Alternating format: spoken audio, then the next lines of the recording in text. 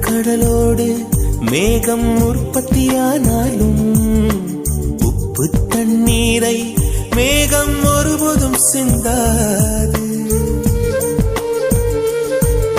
மலையில் விழுந்தாலும் சூரியன் மரித்து போவதில்லை. நிலவு கூலியூட்டி தன்னை நீட்டித்துக் கொள்கிறதே.